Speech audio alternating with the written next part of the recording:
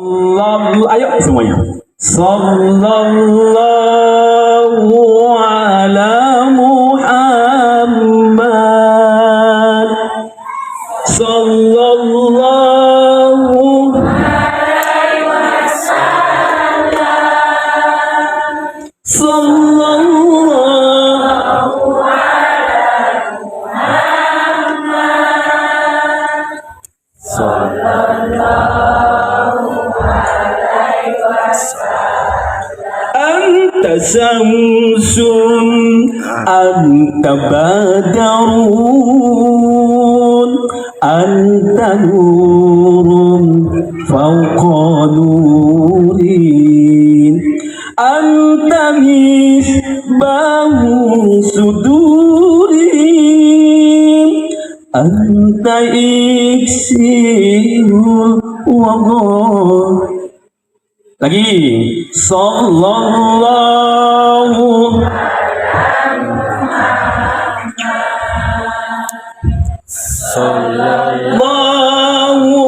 alaihi wasallam. Sallallahu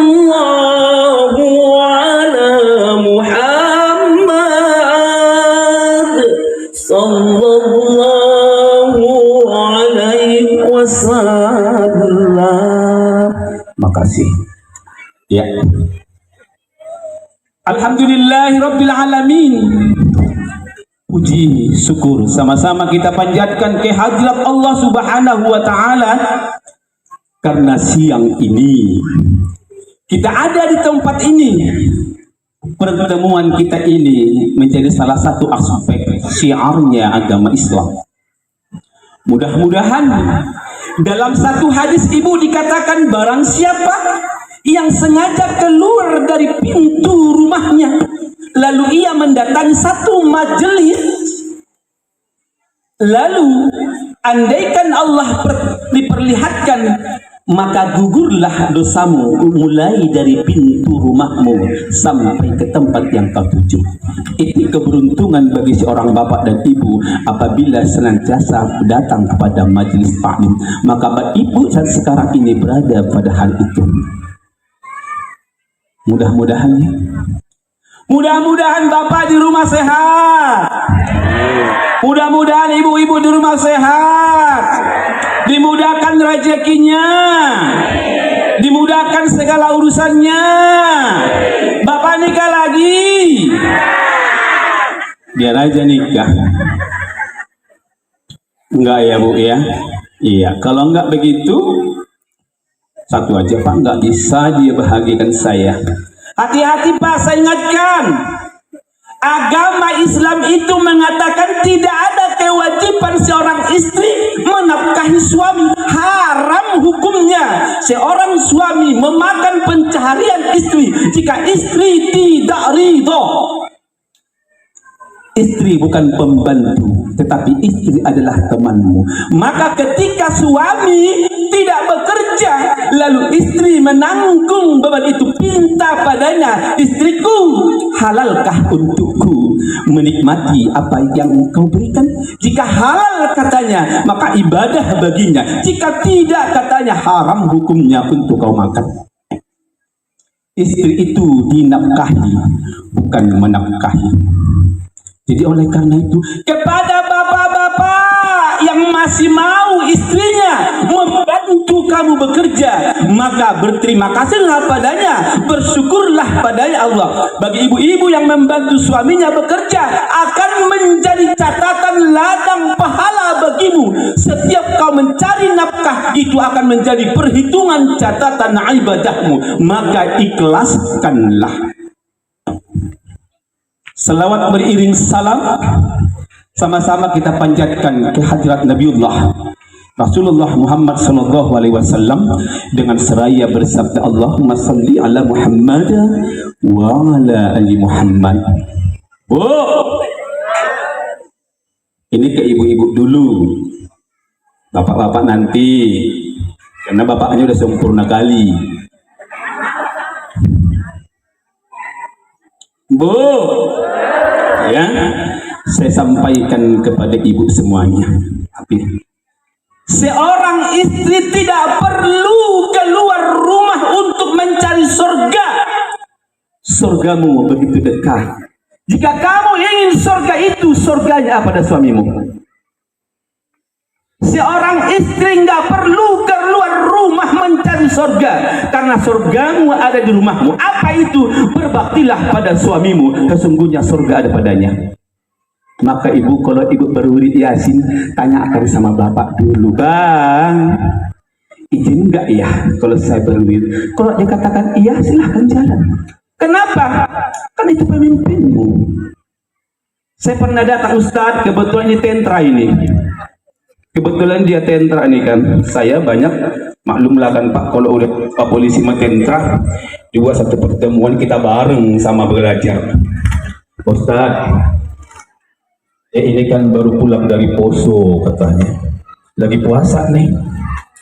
Saya pas jam 5 saya datang. Saya datang. Oh bukan puasa Ramadan, puasa biasa. Lalu maka saya ingin berteman dengan istri saya. Dia bilang, maaf lah yo, saya sedang berpuasa. Apa hukumnya? Haram hukumnya. Kalau ibu dan ibu mau berpuasa sunat, minta izin sama suami dulu. Kalau dia bilang buka puasamu hari ini, aku butuh kau buka puasamu itu. Kalau tidak ada nilai puasa itu. Maka saya katakan tadi, suami surgamu ada pada suamimu, berbaktilah pada suamimu. Kadang-kadang istri, kok kami aja Ustaz, nanti bapak-bapak bagiannya beda. Ya, Bu, hormatilah pemimpinmu itu. Kadang-kadang kalau ibu-ibu ini marah sama suaminya kelewatan. Ada di sini yang marga Boru Regar. Ada Boru Regar di sini. Ada marga Ritonga. Siapa yang memperistrikan Boru Ritonga, bebas siksa kuburnya. Bukan saya yang bilang, orang bilang begitu. Siapa yang beristrikan Boru Regar atau Boru Ritonga, insya Allah bebas siksa kuburnya. Kenapa? Tiap hari direpeti di rumah. Itulah siksa kuburmu. Begitu kata orang. Baik, Bapak Ibu yang Allah muliakan, itu sekedar ya. Kita kembali ke masalah yang akan kita bahas. Saya Bu tinggal di Bali G. Saya satu sekolah dengan Kepala MIS dan Jakola, Bapak Al-Ustadz Pangihutan Ritonga dan Bapak KUA Kecamatan Bali G. Saya dari dulu Pak Ibu pengen kali saya menjadi pegawai di Toba ini, apa di Batak Ipa Tarupung ini. Bolak-balik saya melamar, disingkirkan Seritonang saya. Nggak boleh kau lewati saya. Lewat dulu saya baru kau lewat. Sebelum saya lewat jangan coba-coba aku halangi kau. Betul Pak, nggak naik-naik saya. Padahal pintar saya nggak beda-beda dengan dia. Apalagi Pak Ritonga nggak jauh bedanya pintarnya Pak. Kalau kami dulu ranking dulu ya, gimana kita nggak termasuk pintar lah kita ya. Tapi Pak nggak bisa saya lewat Pak, betul-betul. Ya Allah ya Rabbi, kok memang begini ya. Jadi kepada guru-guru honor jangan kita lihat, ditunggu waktunya. Takdirmu telah Allah tentukan, sekolahmu lah yang akan mengantarkan kamu kepada apa yang kau tuju. Jangan takut. Selama 9 tahun ya mengabdikan diri, insya Allah kalau sudah tiba waktunya Allah sendiri yang mengangkatnya. Jangan takut, yang terpenting adalah ikhlas dalam mengabdikan itu. Paham ya Bu honor ya? Saya dulu Pak udah takut saya yang honor kelamaan. Ya Allah, yang lama lah aku yang honor ini, lama kelamaan jadi honor lah aku bilang. Saya pernah bilang sama adik saya hatorangan gultung tuh, Dek, kayak mana ya Dek nasib kita ini? Kenapa rupanya Bang? Tahun 2000 udah lama kali lah kita ya. Awak berdakwah lagi ke Janjak Kola dari Basnak, ngajar lagi ke pesantren Bulu Payung, ngajar lagi di Manpenornor, ngajar lagi di MTS. Ya Allah ya Rabb, harus bagaimana lagi ya Allah? Gimana lagi, orang nggak pernah tahu mengabdi kok langsung jebol ya Allah apa? Rupanya ada salah satu doa yang paling diijabah Allah.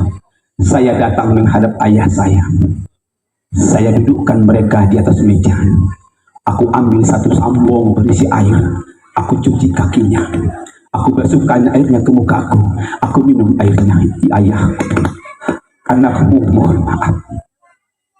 Banyak sekali aku heran, kenapa kok begitu lama ayah rezekiku?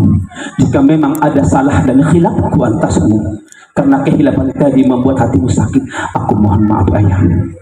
Ku minum bu airnya, ku jadikan kotoran kakinya menyuci mukaku, rupanya jebol. Bagi anak-anak sekolah, jadikan itu sebab jangan sampai ada sedenting kalimat yang kau ucapkan pada orang tuamu. Jika itu ia jaga, jika itu ia pelihara, inilah menghalangi rezekimu. Jangan coba-coba. Rupanya begitu, rupanya Bapak Ibu. Jadi itulah rupanya Aritonang inilah yang menghalangi aku di sini kan. Sampai sekarang nggak bisa kubayangkan itu. Ternyata Bu apa ya Allah Pak Gultom, tempatmu bukan di sini. Takdir bukan aku yang tidak, takdirmu yang memaksakan harus pindah. Kau lebih membutuhkan kau dibeli di sana daripada kenapa? Karena di Pahai bertemu ulama-ulama. Ternyata benar. Ternyata pesan kuburan itu Ibu, kuburan itu ada dua makna. Ada namanya azab kubur, ada namanya nikmat kubur. Yang saya sampaikan tadi Ibu, azab kubur. Azab kubur. Ya, di dalam kubur muat seorang, gelapnya wahai tiada terbilang. Selesai badan ditimbun tanah, tinggallah badan seorang diri. Selesai badan ditimbun tanah, tinggallah badan seorang diri. Ya kan Bu? Mau Ibu ke dalam? Nah, ya kan Bu? Gelap sekali.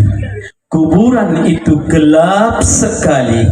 Maka terangilah kuburanmu dengan sholat malam. Tahajud.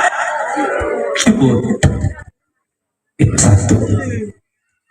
Ya Bu ya? Tahajud. Boy dohamui nang mardonga do batali bolosonganau Pak Haji, apakah itu syirik ataupun tidak? Saya katakan ya Allah atas pertolonganmu, batal. Nanti malam saya akan berhajat maut, tolong izin Allah banguni aku. Gelisah hitai nang nung dapat waktuan, saya begitu gelisah. Pasta batali, bantal. Atas izin Allah aku nanti malam punya hajat tahajud, tolong izin Allah banguni aku. Dulgi tarasoi nang batali, dulgi ngok mahita alai masalah nakan nang marniat tamu. Insya Allah katanya mau domak jamualu sampai aja baru mau tahu. Alhamdulillah ini dapat haji. Insya Allah kata pula menjamualu aku dominang nasi butet. Insya Allah gue adan baru mau tahu ipe hati di mataku. Nih, itu salah satu diantaranya rahmat Allah sudah mulai berpaling dari kau. Salah satu diantara wujud cinta Allah pada kita, kita tidak membiarkan kita tidak bangun tengah malam. Dalam agama ini Bu ada anjuran, jangan kau pejamkan matamu sebelum engkau melakukan sholat sunat witirmu. Diri pahamu dohorai nang holan holan puasa dong witir. Di bawah kamu arti witir sholat sunat penutup malam. Sebelum mau pitai nang laksana ojo witir paling sautik sarokaat. Itu surat penutup malam. Biada ada ustaz witir sedangkan dawa ustaz karejohon. Saya witir sedangkan dawa ada ustaz borat. Maka dikatakan Allah, apa yang paling besar? Nafsumu. Itu dia. Apa kata Allah? Wahai para sahabatku, kita telah selesai melaksanakan perang yang begitu besar. Alhamdulillah kita menang. Tapi ingat, ada satu lagi perang yang paling dahsyat. Apa itu? Perang melawan nafsumu. Termasuk mai inang ngot iboto hamu nango jam 2 borngin macam aeko porai rasamu nafsumu sedang berjalan. Lawan itu. Lawan. Malena itu satu. Bangun tengah malam. Di somma hamu nang mangido lapor ho sude ni boleh takang do suamimu lapor ho dia. Aduh suamimu itu Tuhan boleh takang boleh dukun. Alam dokon tahatok mati nang mimu. Ya Allah ya Rahman, hamba sengaja bangun tengah malam mengangkat tangan padamu, hanya engkaulah ya Allah yang maha mendengar, maha mengijabah. Suami saya bernama Sipolan, muqallibal qulub. Ya Allah, ya muqallibal qulub, ya Allah pemutar-mutar hati, pemulak balik hati manusia. Sabit qulubu, putar hati suamiku yang bernama si Ronggur. Untuk apa? Ala dinika wa ala ta'atik, agar menjadi taat pada agamamu. Sebelum bain on inang doamu setiap malam, sebelum dijabah, jangan pernah berhenti mendoakan. Ondauk tulu halape malu jauh, Allah masih mocok. Bolo mati pe hor manau ni mau nih curhat di bawah ini inang. Hati amono palak sude. Allah sangat senang melihatmu. Allah bangga melihat engkau. Semua orang sedang tertidur pulas, lalu engkau sengaja bangun tengah malam berkata, ya Allah, ya Allah. Itulah yang dirasakan oleh siapa? Yang dirasakan oleh Ibrahim. Di atas gunung itu dia duduk di atas batu, mulutnya qomat kami dan bertasbih memujiku. Apa dibilang malaikat? Iyalah ya Allah, itu kan Ibrahim kan bergelimang harta, wajarlah. Apa dibilang Allah? Janganlah berburuk sangka atas kekasih Ibrahim. Dia tidak pernah tergila-gila dengan harta. Nggak percaya saya? Turun ke bumi, uji dia. Datanglah, assalamualaikum ya Ibrahim. Waalaikumsalam. Dalam kondisi rahasia. Ibrahim, seluruh binatang-binatang ternak sebanyak ini sebenarnya ini milik siapa? Ibrahim berkata, ini milik Allah, tapi saat ini berada di dalam kekuasaanku. Ibrahim, maukah engkau mensedekahkan 1 ekor saja di antara binatang-binatangmu ini? Ibrahim bilang apa? Bertasbihlah 1 kali, maka 2/3 dari binatang ternak ini akan menjadi milikmu. Begitulah mahalnya tasbih Ibrahim.